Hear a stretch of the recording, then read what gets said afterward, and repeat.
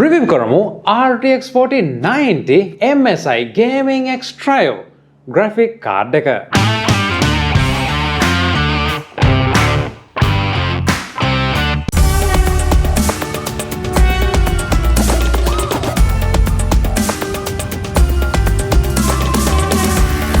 සාදරයෙන් පිළිගන්නවා තවත් interesting video එකකට. ඉතින් අද MSi සමාගමෙන් අපිට වෙලා තියෙනවා RTX 4090 Gaming X Trio graphic card එක ඔයාලට review එකක් අරගෙන එන්න.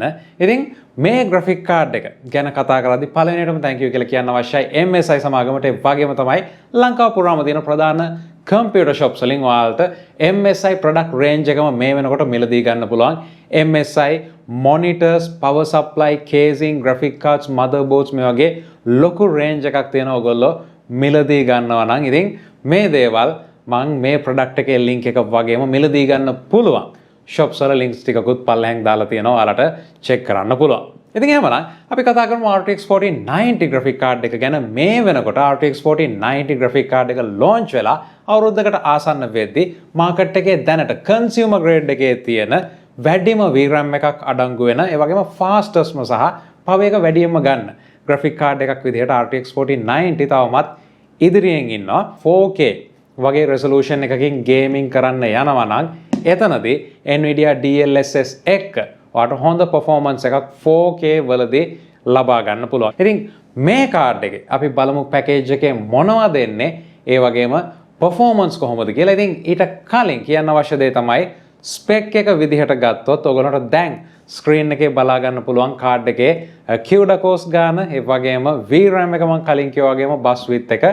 අනිත් highlight කළ යුතු දේ තමයි මේකේ power consumption එක. full throttle එකේදී මේ card එක සාමාන්‍යයෙන් පොඩි system එකක් ගන්න watt 450ක power එකක් ලබා ගන්නවා. ඉතින් එහෙනම් අපි බලමු package එකේ මොනවද තියෙන්නේ performance කොහොමද කියලා.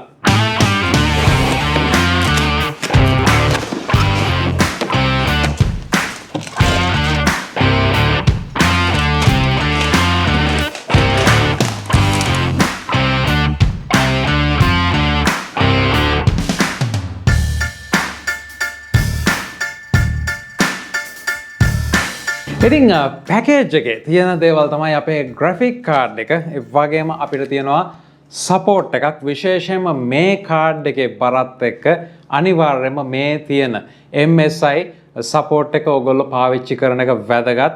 මෙතනදී ඔයාලගේ back bracket එකට විශේෂයෙන්ම GPU එක connect වෙන මේ connect එක එතනදී අපි fix කරගන්න අවශ්‍යයි. ඒ වගේම තමයි අපිට මෙතනදී Nvidia සමාගම suggest කරපු 12 pin power connect එක තමයි තියෙන්නේ. ඒකට MSi සමාගම මෙතනදී අපිට 12 pin එක 8 pin 3ක් විදිහට input එකක් ගන්න මෙතනදී adapter එකක් දීලා තියෙනවා. ඉතින් මේ adapter එක ඔයගොල්ලන්ට පාවිච්චි කරන්න පුළුවන්. ඒ වගේම තමයි අලුතෙන් එන power supply වල මේ 12 pin connect එක power supply එකේම තියෙනවා. ඒ වගේ power supply එකක් ඔයගොල්ලන්ට මිලදී ගැනීමේ හැකියාවක් තියෙනවා. දැනට ලංකාවේ power supply මේ වගේ මම හිතන්නේ brands දෙකකින් විතර ඔයගොල්ලන්ට ලබා ගන්න පුළුවන්. ඉතින් card එක ගැන කතා කරද්දී බොහොම ලොකු card එකක් fan 3ක design එකක් තියෙන්නේ. ඒ වගේම මෙතනදී අපිට back plate එකක් MSi Frozen technology එක හරහා මේ තියෙන fans වල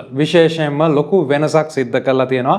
අඩු RPM එකක් යටතේ වැඩි air flow එකක් මෙතනදී ඇති කරන්න මේ fins එකතු කරලා improvement සිද්ධ කරලා තියෙනවා. අඩු RPM එකක් යටතේ මෙතනදී air flow එක ගන්න. ඒ වගේම තමයි මෙතනදී GPU එක cool කරන්න ඒගොල්ලෝ nickel plated copper තමයි පාවිච්චි කරලා තියෙන copper block එකක්. එතන ඉඳලා aluminum fins සහ heat pipes පාවිච්චි වෙනවා. මේ heat pipes පවා මෙතනදී GPU එකත් එක්ක contact වෙද්දී ඒක square විදිහට රවුමක් විදිහට යන්නේ නැතුව කොටුවක් විදිහට මේගොල්ලෝ එයාලගේ research and development එකත් එක්ක ගන්න පුළුවන් හොඳම විදිහේ ක්‍රියාමාර්ග මෙතනදී අරන් තිනවා. heat එක අඩු මට්ටමකින් තියාගන්න. card එකේදී මෙතන අපිට dual BIOS තියෙනවා. ඉතින් මේ හරහා අපිට silent සහ gaming කියන mode දෙක අතරේ මාරු වීමේ හැකියාව තියෙනවා. ඒ වගේම අපිට මෙතනදී තියෙනවා 12 pin power connect එක. ඉතින් මේ හරහා card එකට power එක ලබා දීම සිද්ධ කළ යුතුයි. මේ දේවල් එක අපිට outputs විදිහට display port 3ක් සහ HDMI port එකක් තියෙනවා. මේ දේවල් එක කියන්න අවශ්‍ය දේ තමයි කාඩ් එක ස්ලොට් 4ක විතර ඉඩක් ගන්නවා මෙතනදී. ඒ වගේම අඟල් 12කට වඩා ලොකු කාඩ් එකක්. ඉතින් ඔයාලට full කේසින් එකක් අවශ්‍යයි හොඳට ඉඩ තියෙන. දැන් අපි බලමු performance කොහොමද මේ කාඩ් එකේ කියලා. performance ගැන කතා කරද්දී Forza Horizon 5 game එක 4K resolution එකෙන් play වෙන හැටි ඔයගොල්ලන්ට බලා ගන්න පුළුවන් 13900K CPU එකක් එක්ක. ඉතින් මෙතනදී ඔයගොල්ලන්ට බලා ගන්න පුළුවන් කාඩ් එකේ යුටිලයිස් වෙනවා 97%ක්ම. ඒ වගේම temp එක සාමාන්‍යයෙන් 55 වගේ range එකේ තමයි game එක අනුව අපිට වෙනස් වුනේ. ඒ වගේම 4K resolution වලට ගියාම ඔයගොල්ලන්ට පේනවා ඇති අනිවාර්යයෙන්ම VRAM එක මෙතනදී 10GB වලට ආසන්නව use වෙනවා. ඒ වගේම මේ game එකේදී GPU එක watt 270ක් 275ක් වගේ ප්‍රමාණයක් තමයි ගන්නෙ. ඒ වගේම තමයි Spider-Man game එකේදී ඔයගොල්ලන්ට බලා ගන්න පුළුවන් අපේ temp එක Celsius අංශක 50 51 වගේ තියෙනවා. 10GB 10.5GB VRAM එකක් මෙතනදී පාවිච්චි වෙනවා. watt 330ක් 340ක් අතර මේ වෙනකොට කාඩ් එකෙන් පාවිච්චි වෙනවා. ඉතින් සමහර විට 99%ක්ම කාඩ් එක යුටිලයිස් වුණත් power එක අඩුවෙන් යන්නේ. නමුත් graphically rendering වැඩි නම් එතනදී power එක පාවිච්චි කරන වැඩි වෙනවා. ඒ වගේම තමයි Cyberpunk game එක මෙතනදී ඔයගොල්ලන්ට බලා ගන්න පුළුවන්. සාමාන්‍යයෙන් අර watt 400 450 කියන range එකට යනවා. නමුත් අපිට performance විදිහට ගත්තොත් ඉතාමත් stable 70 fps එකක් මෙතනදී ගන්න පුළුවන් 4K වලින්. ඉතින් කිසිම ප්‍රශ්නයක් නැතුව ඔයාලට smooth game play එකක් මෙතනදී බලා ගන්න පුළුවන්.